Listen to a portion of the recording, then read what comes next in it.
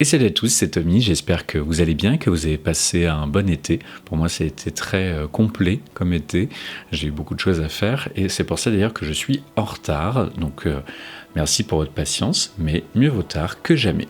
Aujourd'hui, on va faire le tirage au sort pour savoir qui a gagné les 2 lots de poterie réalisés par Fiona Moreau d'Atelier Figulina. Ces 2 lots, donc il y a à chaque fois 2 poteries dans chaque lot.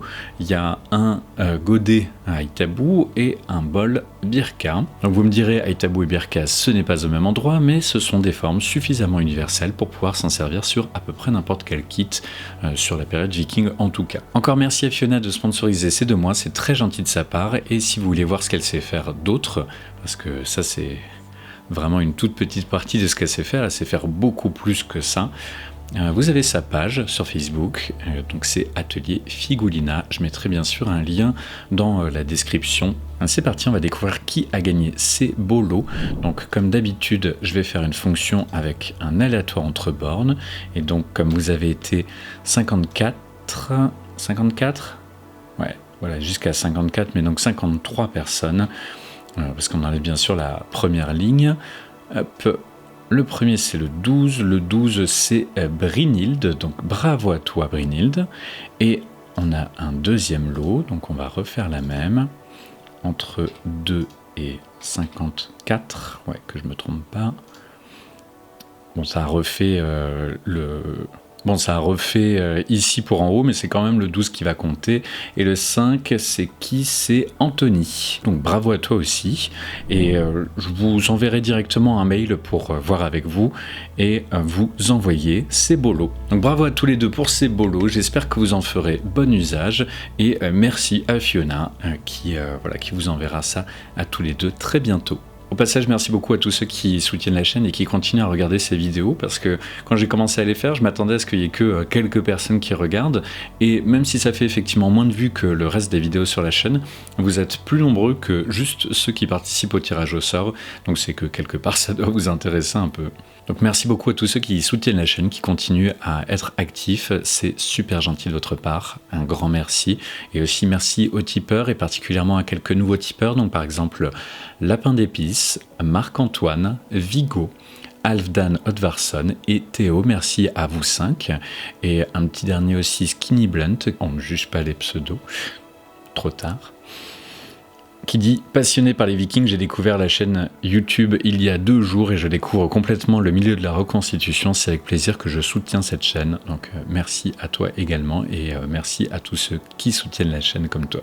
Le prochain lot, pour tous ceux qui participent sur septembre et octobre, on va revenir sur du livre. Ça fait partie des cadeaux que j'aime le plus offrir parce que comme vous le savez, si vous avez déjà vu la dernière vidéo, j'aime les livres.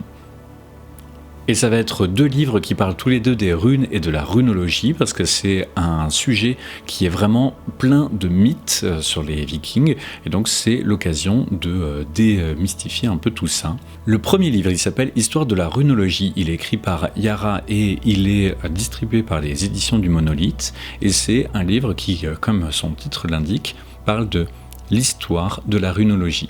Et pour moi, c'est important de revoir ces choses-là parce que la runologie est beaucoup utilisée par les pseudo-historiens et par le néopaganisme. Mais comme elle le dit très bien dans ce livre, la runologie a débuté lorsque les runes ont cessé d'être utilisées, c'est-à-dire vers le XVe siècle. Donc je pense que c'est intéressant d'avoir ce genre de livre pour remettre un peu les pendules à l'heure, surtout qu'elle se base sur beaucoup de recherches d'historiens, d'archéologues et aussi de runologues. Et je pense que c'est un livre à avoir pour celui qui s'intéresse aux runes et à la runologie d'une manière sérieuse. Un grand merci aux éditions du Monolithe qui envoient gratuitement ce livre pour que vous puissiez en profiter. Deuxième livre, c'est celui de Stephen Pollington sur les runes, et ce livre m'a été beaucoup conseillé par vous et notamment par toi Curtis. Oui, je te montre du doigt. Donc Curtis qui est un abonné qui a un très bon soutien de la chaîne et il m'a très souvent conseillé ce livre. Là c'est la première partie, la deuxième sort en décembre. Donc c'est Runes, l'écriture des anciens germains, origine et développement. Donc pareil, c'est un très bon bouquin pour un peu casser les mythes autour des runes et pour parler des runes en tant que système d'écriture, parce que c'est ça avant tout. Et c'est aux éditions Heimdall que vous connaissez sûrement déjà si vous intéressez un peu à l'histoire des Vikings, même si ce n'est pas sponsorisé par les éditions Heimdall, étant donné qu'ils n'ont jamais répondu à mes multiples tentatives de communication. Aussi, je pense dans les semaines à venir faire une vidéo pour parler des runes, des mythes qui est autour des runes et de la runologie. Et dites-moi si ça vous intéresse, parce que je pense que ça peut être bien de faire une petite vidéo pour casser les mythes dessus. Bien sûr, ça sera jamais aussi complet que de livres sur le sujet, mais ça peut être un bon point de départ pour certains. Tous ceux qui participent au Tipeee sur les mois de septembre et octobre entrent automatiquement dans le tirage au sort. Et donc pour gagner ces 2 livres, Histoire de la runologie de Yara aux éditions du Monolithe, et Runes, l'écriture des anciens germains en origine et développement de Stephen Pollington aux éditions Heimdall. Un gros merci aux éditions du Monolithe et il y aura bien sûr un lien dans la description également. Aussi dans les petites nouvelles en vrac, 2 petites choses. Déjà, je suis en train de repenser complètement mon décor sur lequel je fais habituellement tout ce qui est craft, artisanat.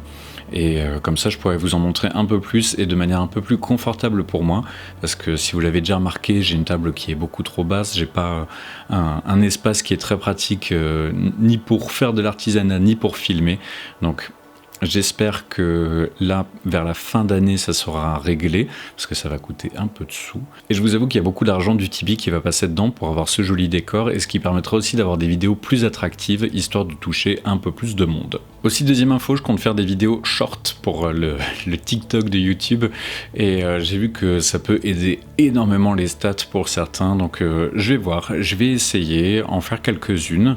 Je pense déjà parler éventuellement de quelques mythes, par exemple, est-ce que les Vikings buvaient vraiment tout le temps dans des cornes à boire et les crânes de leurs ennemis, pareil, reparler un tout petit peu des runes, ce genre de petites choses, quelles sont les armes favorites des Vikings, et voilà, ces trucs-là. Qu'est-ce qu'un Viking aussi ? Vous avez sûrement des sujets que vous aimeriez voir traités sur ces petits formats-là, donc dans les 30 secondes à peu près. Et si c'est le cas, je serais ravi de lire vos idées parce que ça m'aidera à faire un petit stock de shorts, histoire de pouvoir en poster pas mal pendant quelques jours, voire quelques semaines, et que ça soit vraiment efficace pour la chaîne. Si vous avez des idées, je vous écoute, je vous lis. Ah oui, et troisième info, il y a 2 vidéos qui arrivent. Il y en a une qui va parler du chantier en Ariège, où on a fait un peu de charpente, et il y en a une deuxième qui va parler du camp-off des Warraschfranken, qui font du franc. Donc ça changera un tout petit peu de ce qu'on fait en Vikinge. Bon, ça va être tout pour cette vidéo. Encore bravo aux gagnants qui ont remporté ces belles poteries. Et merci à Fiona Moreau d'Atelier Figulina d'avoir sponsorisé ces 2 mois. Merci aussi aux éditions du Monolithe pour Histoire de la runologie, écrit par Yara. Et sur ce, bonne chance, portez-vous bien et à la prochaine. Salut!